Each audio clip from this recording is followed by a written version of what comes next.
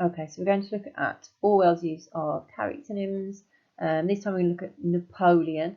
The use of the characteronym here has got a lot of connections to context. There's lots of contextual information, but it's really, really important in order to make sure that my examiner is not confused at all and is totally aware that this is AO2, is to just make sure that I'm constantly linking it back to Napoleon and how he behaves in the novella, and not just talking about Napoleon Bonaparte.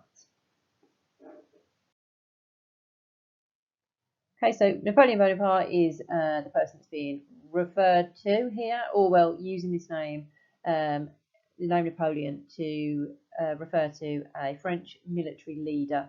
I think this is a really important point. For us, that association might not be that strong, might not mean that much to us.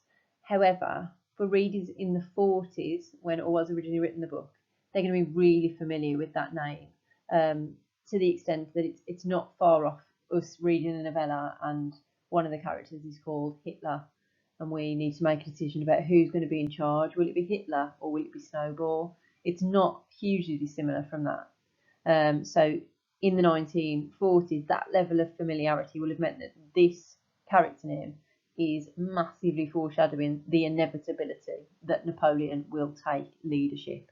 So we've got some foreshadowing through the character name as well. Right, so a little bit of information about Napoleon.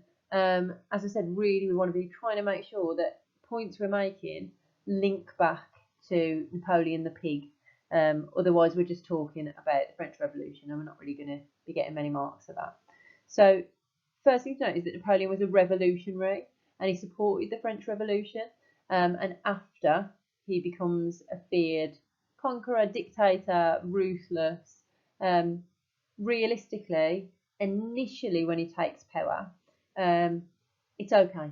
He restores calm. It's been quite unsettled and unpleasant, and he restores some calm. And realistically, when the pigs first take over from Farmer Jones, it is calm and it is better, and there is a sense of success. The harvest is the best that it's ever been. The animals all seem happy. We've got that calmness in Animal Farm, just as we had after the French Revolution with Napoleon in charge.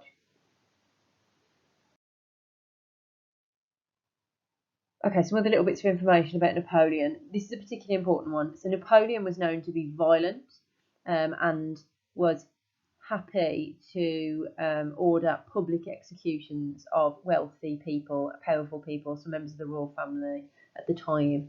And this directly links to Napoleon, who uses public executions to build and sustain his power at multiple points. I picked a couple out here, but so the punishment of the hens when they don't want to give up their eggs, they are dealt with swiftly, and they are starved, and many of them die, and he gets what he wants, and they end up giving up their eggs because they realise that they can't fight against it. In that same chapter, we have the public executions of various different animals by the dogs, and that sort of happens very publicly for all the other animals to witness. The use of the whip in chapter 10, the fact that all the pigs carry whips to keep the animals in line. There is that willingness to use violence in public to control the other animals, which absolutely mirrors Napoleon Bonaparte's willingness to be violent in public also. Okay, little link to Stalin. So that level of violence really, really works with Stalin. So lots of people think Stalin said that one death is a tragedy and a million deaths are a statistic.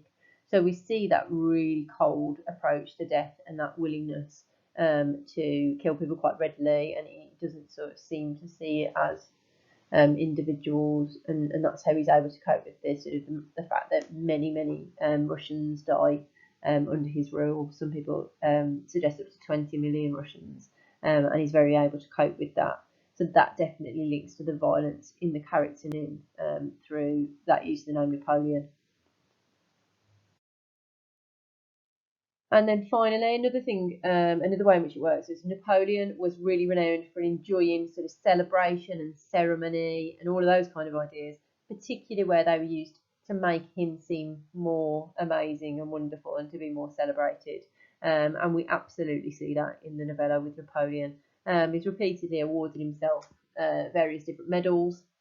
He likes to take part in spontaneous demonstrations where he's sort of celebrated by the other animals, and he likes for everything good to be attributed to him. So, two cows drinking the water might say, because of the leadership of Comrade Napoleon, how delicious the water tastes. But everything is about celebrating Napoleon, and just sort of worshipping him, almost beyond an ordinary level of leadership. And so we've got some really, really nice links between Napoleon Bonaparte and Napoleon the Pig.